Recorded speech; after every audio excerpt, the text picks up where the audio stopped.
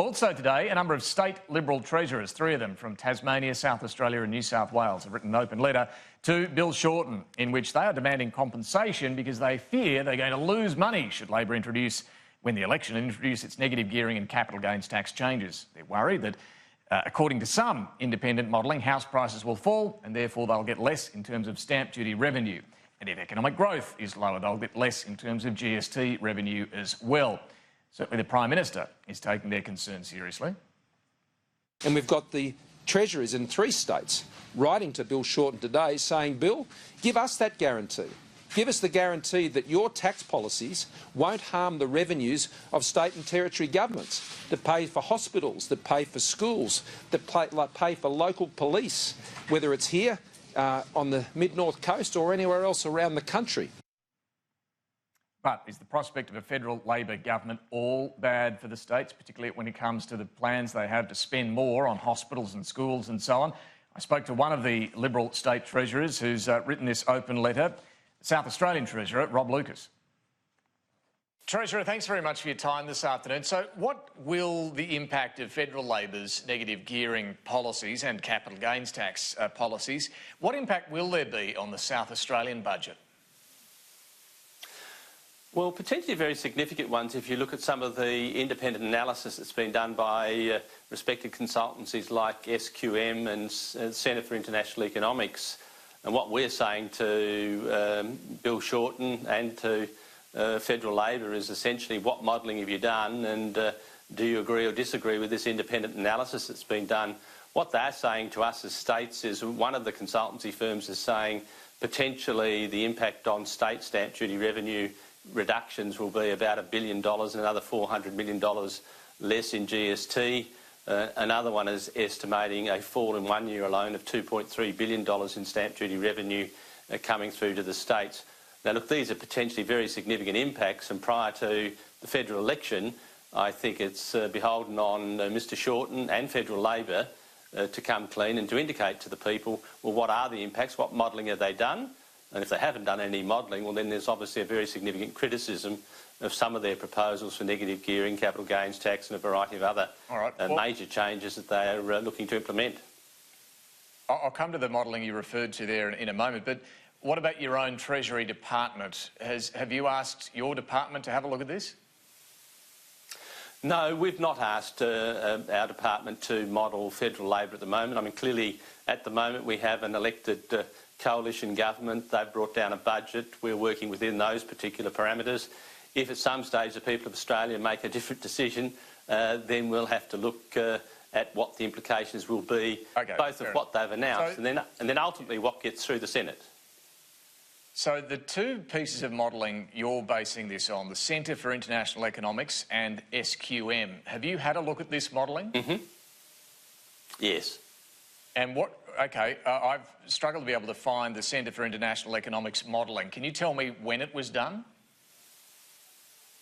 Look, I haven't got the date. I've got a copy of it sitting behind me. If I like, we can certainly flick you a link to both of them. But in relation to the modelling that's been done... as in it takes effect of recent trends in the housing market? Yes. Yes. And what does it show? And it's the modelling for house prices in South Australia?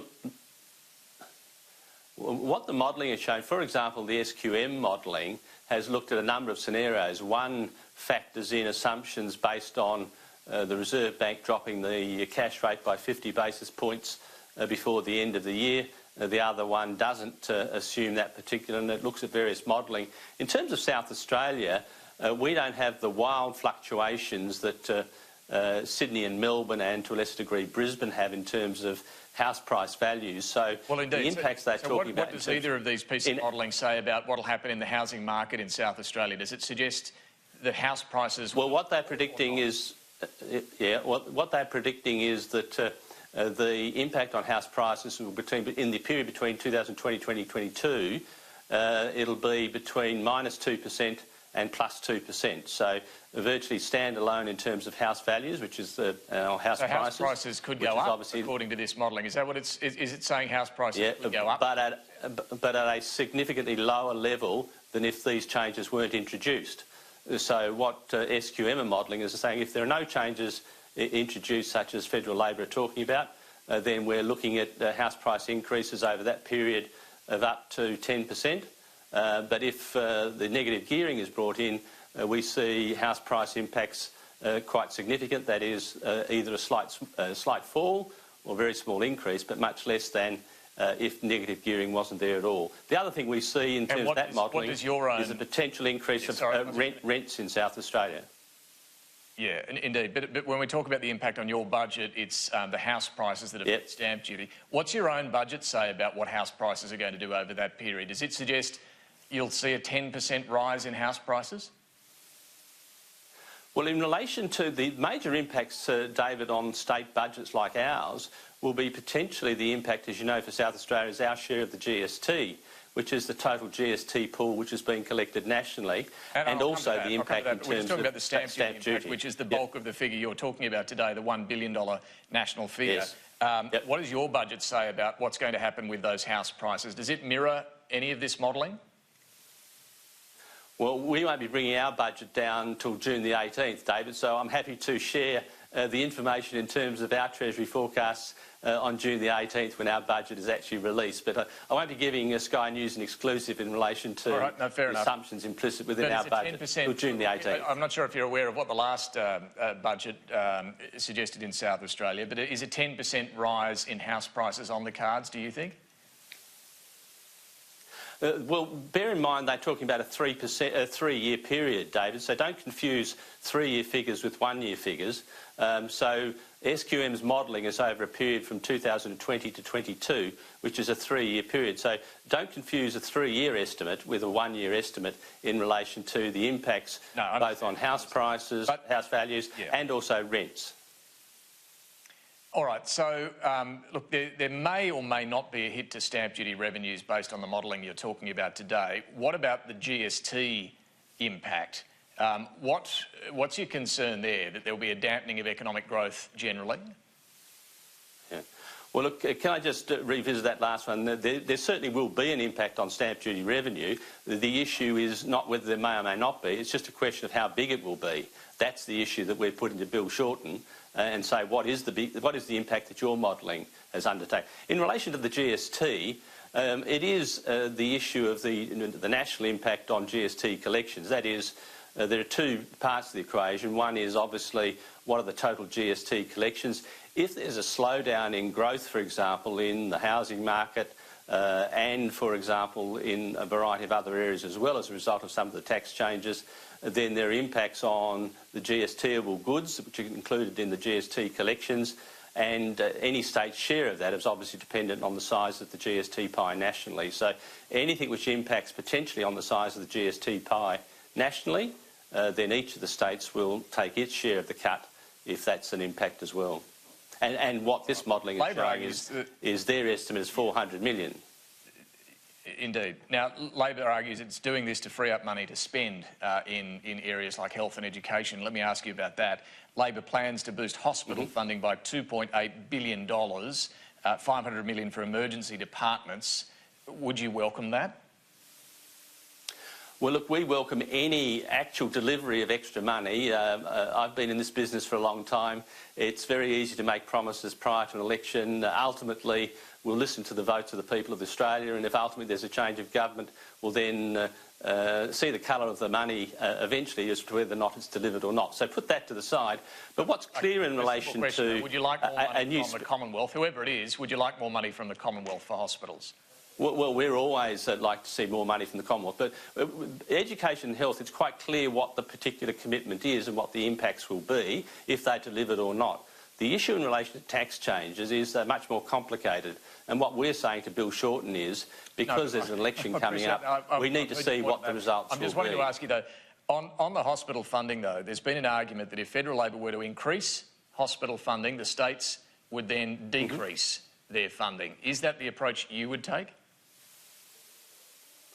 No, and look, for example, in education, which is a similar area, it's very tightly regulated in relation to agreements that we've got. In relation to federal funding, in health, for example, if we were to get additional money in terms of federal funding to health, there are crying needs within health that I'm sure both a federal government and a state government will be able to come to some sort of mutual agreement in terms of how it will be productively spent. As I said, so we'll accept the decision of the claim that if federal Labor poured more in, the states would spend less. That's false. Well, certainly from South Australia's viewpoint, I can't speak on behalf of other Labor treasurers or Liberal treasurers in other states, but I can speak on behalf of South Australia. If any federal government, Liberal or Labor, was to commit additional funding specifically in relation to important needs in health, then clearly we would welcome that, and we would work with the federal government to try and deliver improved health services in those particular areas. And on schools, it's $14 billion they're planning to spend in additional revenue. They say for South Australia that would mean 645 additional teachers. Would you welcome that? Well, look, any money which is eventually delivered by any government, Liberal or Labor, or indeed any other flavour, David, we would welcome additional funding if and when it's delivered. It's easy to make promises prior to a federal election. I've seen it before. Let's wait and see if there's a change of government, whether or not it's delivered or not. They are decisions which ultimately state governments would welcome any additional funding from any particular federal government, but we don't just believe a commitment that might be made prior to an election. No, and I appreciate that. And look, voters are cynical and sceptical of our politicians at the best of times. But bottom line, do you need more from the Commonwealth for schools and hospitals? Look, schools are pretty well funded. I've got to say, as a former Minister for Education in South Australia, my view in relation to education funding is the major issues are how the money is productively spent. We should be concentrating more on outcomes and outputs, that is NAPLAN results and others. In South Australia, we've had appalling results over the years. Beg your pardon? You've got enough money from the federal government. Well, I never say we've got enough money from the federal government. What I'm saying, whatever amount of money we've got from federal and state governments, we need to spend as much time on working out how we should spend it efficiently and efficiently in terms of improving literacy and numeracy results, as well as the debate about how much money is coming in.